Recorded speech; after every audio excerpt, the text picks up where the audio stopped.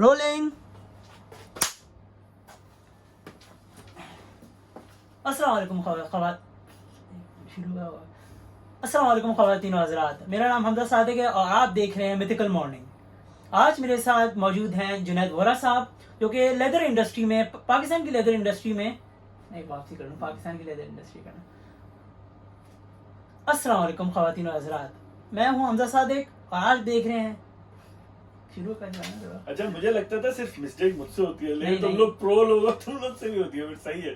अस्सलाम वालेकुम ख़वातीन व हज़रात, मेरा नाम हमजा सादिक है और आप देख रहे हैं मिथिकल मॉर्निंग। आज मेरे साथ मौजूद हैं जुनैद वोरा साहब, जो कि पाकिस्तान की लेदर इंडस्ट्री में एक इनोवेटिव और डिस्ट्रप्टिव काम कर रहे हैं। अस्सलाम वालेकुम जुनैद भाई। वालेकुम सलाम, क्या हाल चाल? जी जुनैद भाई, कैसे हैं आप? अल्हम्दुलिल्लाह, thank you very much for coming. No problem, no problem. So Junaid bhai, आप क्या करते हैं? I think of myself as a design enthusiast. एक मेरे दोस्त हैं, उन्होंने वो ब्रांड चलाना कहते हैं, he is a leather lifer. तो मैंने भी वो वर्ड अडॉप्ट करने की कोशिश की, I am a leather for lifer for life. तो I actually inherited leather business from my father, from grandfather and from great grandfather.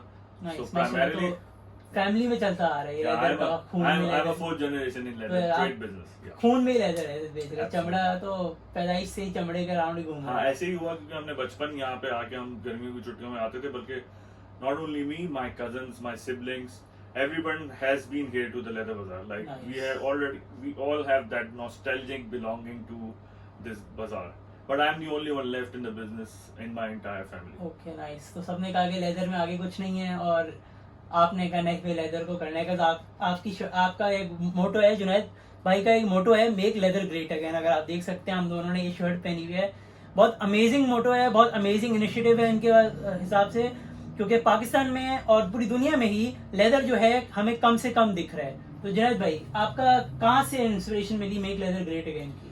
Well, it's been a journey of seeing leather coming down, steep down to a point के मुझे लगा कि ये अब उसकी survival की अब जंग बनना शुरू हो गया। Like leather is fighting a war for its sustainability, like as an industry in general. Leather को ना मुझे ऐसा लगता है कुछ अरसे में अगर इस मेहनत को ना किया गया या इसको रिवाइव करने की कोशिश नहीं की गई, तो I think it will find itself depleting just like other organic materials. आपने जूट देखा, आपने बहुत सारे और मटेरियल्स देखे जो over a course of time synthetics ने बीट कर दिया उनको। One was because of cost, one was because of the the easy production lines and the mass scale production. तो लेदर को भी ना इस तरह का चैलेंज ऑलरेडी अर्ली 90s से होना शुरू हो गया। तो when I joined my father in 2000 like 2005 और 6 में मैं कॉलेज और इन बिटवीन यूनिवर्सिटी आना शुरू हुआ, but I saw his customers falling for synthetic leathers, I must not call synthetic materials. और हम उनको जब भी परसू करने की कोशिश करते थे, ऑलवेज से कि नहीं, प्राइस पॉइंट का भी मामला है, और देन जो कन्वीनियंस थी चाइना की वजह से, क्योंकि चाइना से बहुत ज्यादा सिंथेटिक मटेरियल आ रहा था पाकिस्तान में। So I saw the leather industry declining and not just us tradesman, इस बाजार के लोग नहीं गए, बल्कि टेनर्स भी टेनरीज बेचकर किसी और काम में चले गए। सो इनोवेशन नहीं थी, रिसर्च एंड डेवलपमेंट नहीं थी, और लोगों ने कंपटीशन को ना फेस करने की सलाहियत नहीं थी, इसलिए लोग काम को छोड़ के किसी और कामों में चले गए। So that made me feel like कि नहीं, आई हैव दिस हेरिटेज, और मैंने अपनी किश्तियां जला दी थी, मैं अपनी पढ़ाई छोड़कर इस काम में आया था। सो मुझे लगा कि ना यार, या तो डू है या डाई है। Either I will live with the identity and with the material. Either the ship will sink eventually, और फिर सब हमारा भी काम खत्म हो जाएगा जैसे दूसरों का काम खत्म। तो आपका इतना लेदर से प्यार कैसा है? बिकॉज अगर आप देखा जाए, वीगन जो मटेरियल्स होते हैं, सिंथेटिक मटेरियल्स, वो ज़्यादा इतने हार्मफुल भी नहीं होते एनवायरनमेंट में। लेदर जो बन रहा है वो तो आपको, अगर हम जो क्रोमियम लेदर बनाते हैं पाकिस्तान की इंडस्ट्री में, वो तो जो बचा कुचा होता है सारा वेस्ट नदियों में जाके समंदर से मिल रहा होता है। तो आपको नहीं लगता कि वीगन ऑल्टरनेटिव्स ज़्यादा बेहतर हैं for the sustainability of the earth? Well, मैं इस पे ना सबसे पहले इस बात को निगेट करूंगा कि vegan leather is more sustainable than leather. I think vegan जो है ना alternate as an idea is very good. I am not against the alternate materials, especially जो organic materials हैं. अगर वो किसी तरह challenge करते हैं किसी material को without any greenwashing, without any झूठ या किसी भी false advertising से, I think it's completely fine तो आप कहना to चाह रहे bring हैं up the materials. Yeah. Leather नाम ना दो, कुछ और नाम दे दो. एक चीज ये कि उसको लेदर नहीं कहा जा सकता बिकॉज इसकी भी एक लॉजिक आपको बता दूंगा. लेकिन दूसरी चीज ये कि जो आम फहम लोग समझते हैं कि vegan leather is sustainable, it is not. जो वीगन बेस है, जो बेस बनाई जाती है, जैसे कैक्टस है, एप्पल है, yes it is primarily organic, लेकिन जो उसके ऊपर पिगमेंटेशन चढ़ती है, जो उसके ऊपर ऑयल बेस्ड पिगमेंट्स लगती हैं, इवेंचुअली वो उसको अनसस्टेनेबल बना देते हैं. तो ये सोचना कि vegan leather is more sustainable than the real leather, I think this is basically a deception in disguise. तो और दूसरी चीज ये कि लेदर आप इसलिए नहीं कह सकते उसको, इसकी मिसाल ऐसे, it's fabric basically, it's not leather. You cannot name anything that didn't came out of any animal, a living animal, and call it leather. Just like मैंने एक बड़ी मिसाल बनाई है और LinkedIn पे और Instagram पे भी शेयर की कि अगर सिल्वर की हम रिंग है उसके ऊपर गोल्ड प्लेटिंग कर लें, you cannot call it gold ring या gold jewelry, ये still silver ही कहलाएगी. तो you cannot call vegan fabrics as leather कि वो leather की तरह दिखना शुरू हो. So my conclusion point is I myself am not against alternative materials, but deception or false greenwashing is what we are basically suffering at the hands of the vegan lobby. सही है, बिल्कुल ये बात तो आपकी बिल्कुल सही है.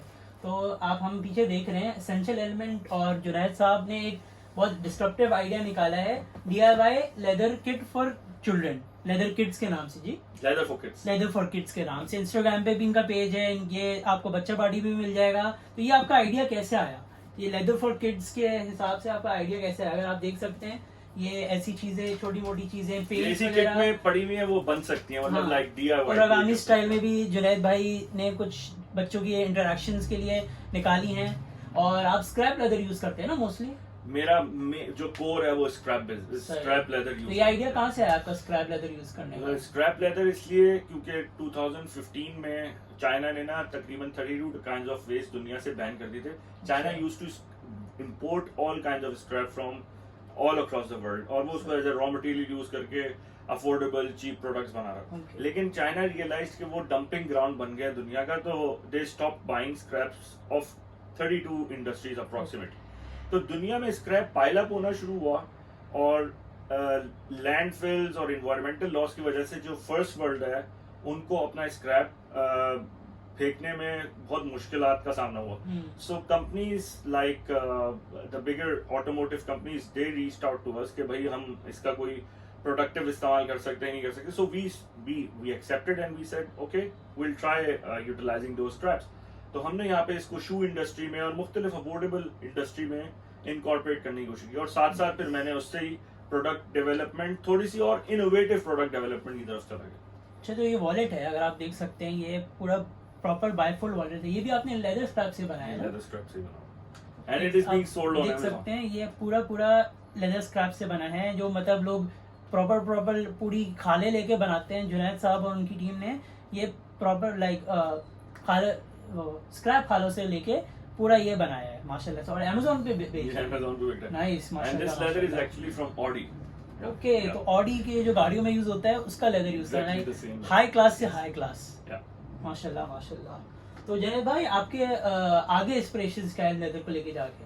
Well, the idea of making leather great again evolved as I saw customers going towards synthetic materials, और आहिस्ता आहिस्ता मैंने देखा कि इंडस्ट्री से जो बड़े लोग थे वो जाना शुरू हो गए.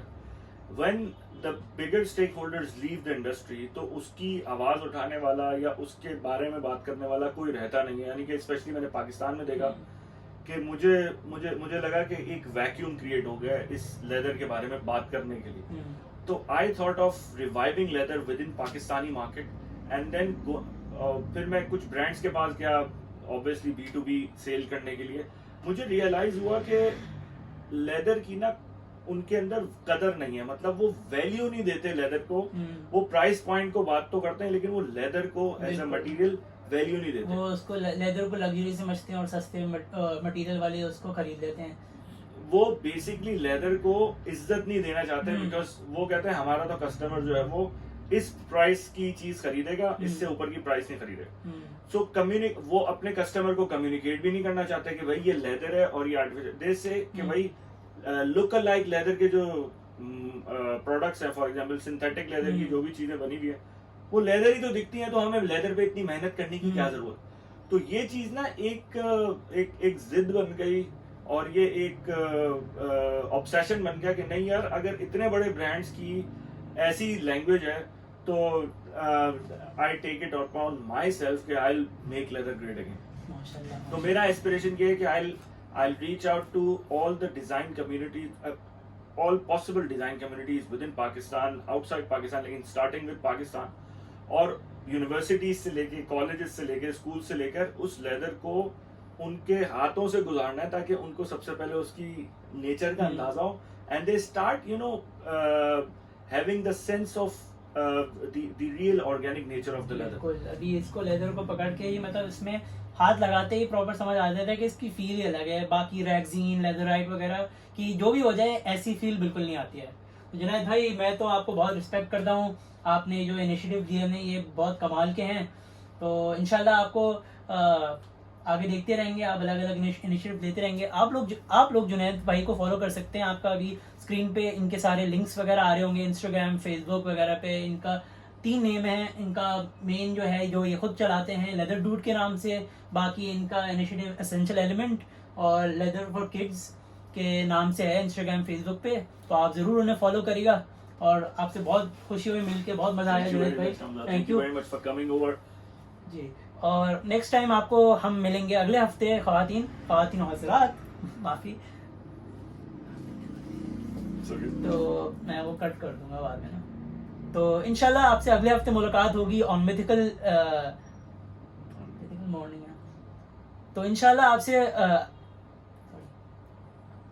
ख्वातीन हज़रात आपसे अगले हफ्ते मुलाकात होगी ऑन मिथिकल मॉर्निंग। जब तक के अल्लाह हाफ़िज़ और अपना ख्याल रखिएगा। गुड हो गया ये तो कट्स वगैरह।